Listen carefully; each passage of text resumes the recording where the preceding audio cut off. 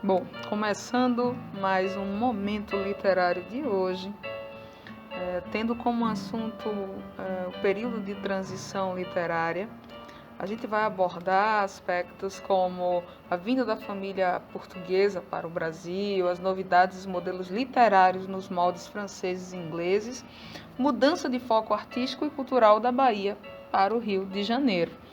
Bom, por que é conhecido como um período de transição? O primeiro ponto que a gente tocou foi não só um processo literário, mas o que influencia a literatura, o que faz com que ela modifique, né?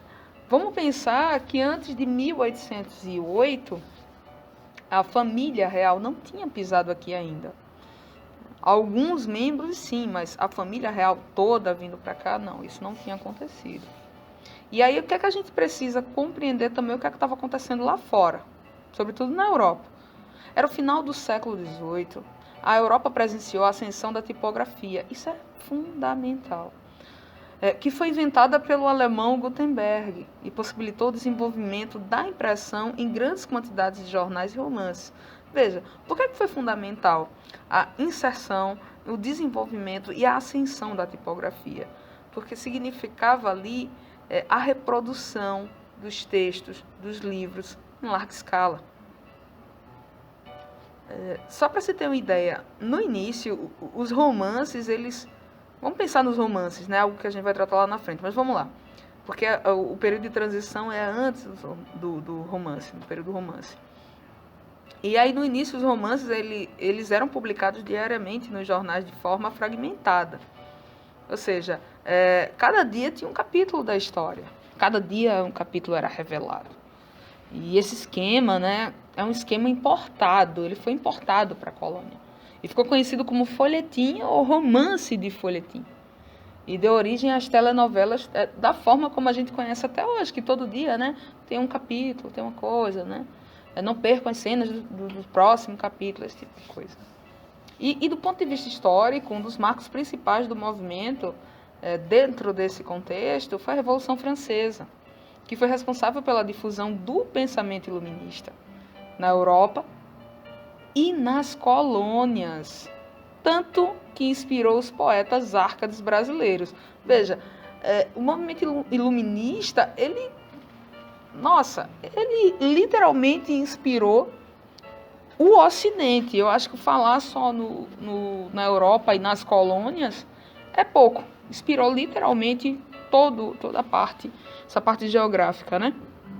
E aí, quando a gente pensa nesse processo também, a gente sabe que a Revolução Francesa tem como os ideais liberdade, igualdade e fraternidade, e ela vem a posteriori da Revolução Industrial.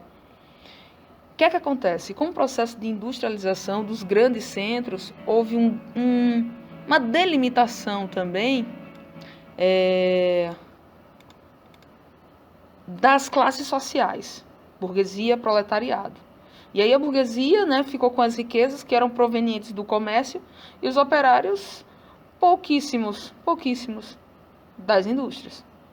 Logo, a literatura desse período foi produzida pela classe dominante e para a classe dominante, deixando claro que a ideologia defendida por seus autores tinha uma demarcação exata.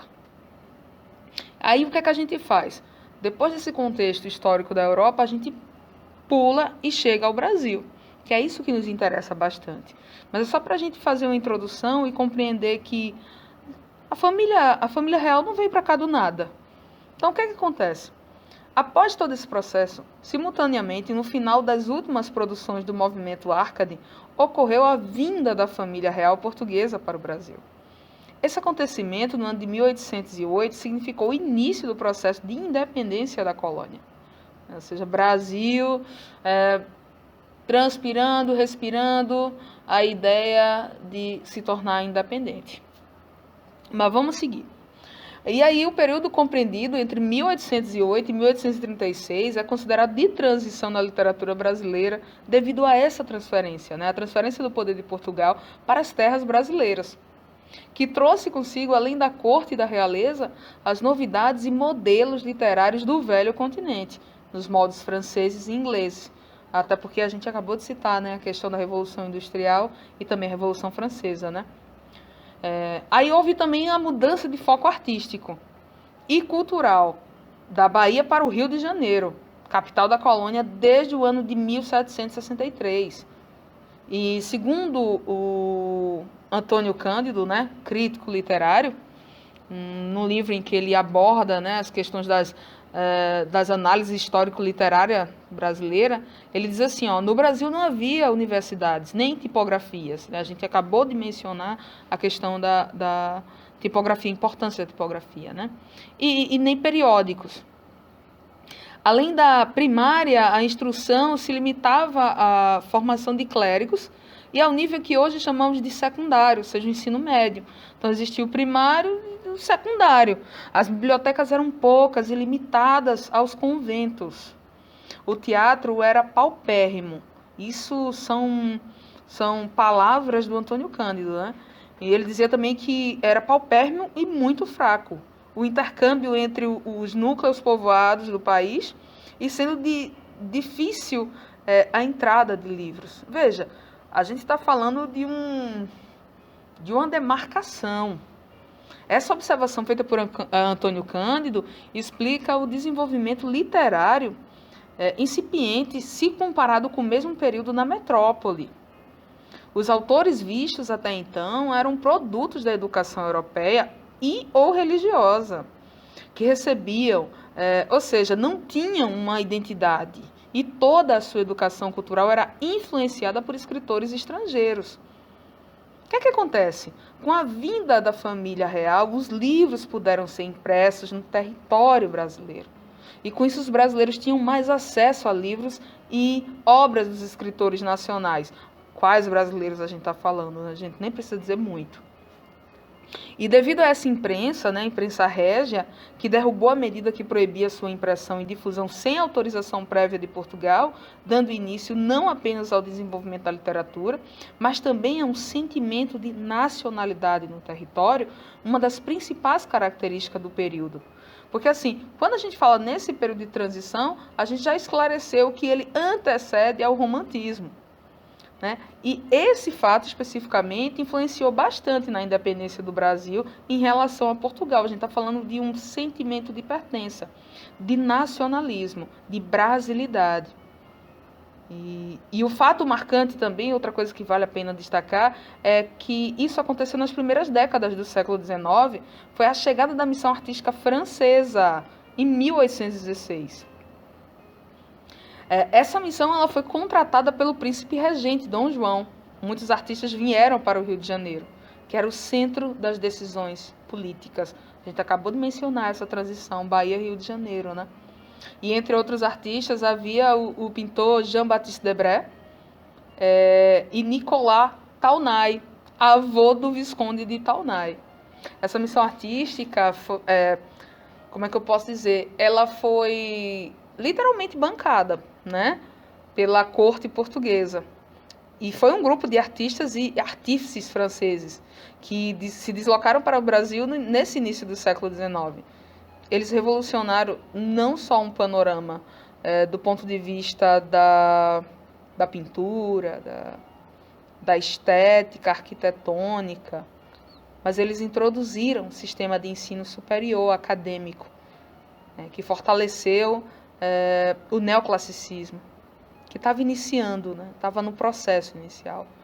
Vejam que com a vinda da família, né, real para cá, toda uma estrutura precisou ser organizada para que produzisse essa atmosfera europeia, né? Contudo, essas pessoas chegaram aqui e também sentiram e perceberam essa sensação nacionalista. Então, como dito anteriormente, o desenvolvimento da literatura brasileira, propriamente dita, aconteceu a partir da vinda da família real para o Brasil, que gerou um forte desenvolvimento artístico e cultural na colônia. Agora afinado com a produção literária europeia, né? Por isso que a gente destaca aí novamente a questão da Inglaterra e da França, né? Porém, a insatisfação das classes dominantes com o Império fez com que surgissem tentativas de independência da metrópole, produzindo um sentimento de nacionalismo que culminaria com a Declaração da Independência em 1822. Veja, a gente está falando que nesse período de transição da literatura, que é considerado um período de transição de uma forma geral para o Brasil, foi nesse período que aconteceu, né, a Declaração da Independência de 1822 por Dom Pedro. A independência, né? Vamos aspear isso aí. Mas prosseguindo, só para a gente fazer um fechamento, o que causa uma sensação de estranhamento é esse paradoxo, né, observado no período. Ao mesmo tempo em que as ideias sobre o sentimento de nacionalismo, né, afloravam nos corações dos brasileiros e demais latino-americanos, parte da população permanecia na miséria, em situações de escravidão, sem acesso à emancipação e aos direitos humanos básicos. Então, espero que tenha ficado claro para vocês o que foi esse momento de transição. Foi um momento de transição sociopolítica, econômica, cultural e um despertar, sabe, desse sentimento nacionalista que até hoje ele persiste, né? A gente consegue sentir, a gente consegue perceber. Então é isso. Nosso momento literário de hoje encerra por aqui e brevemente tem mais. Espero que vocês tenham gostado.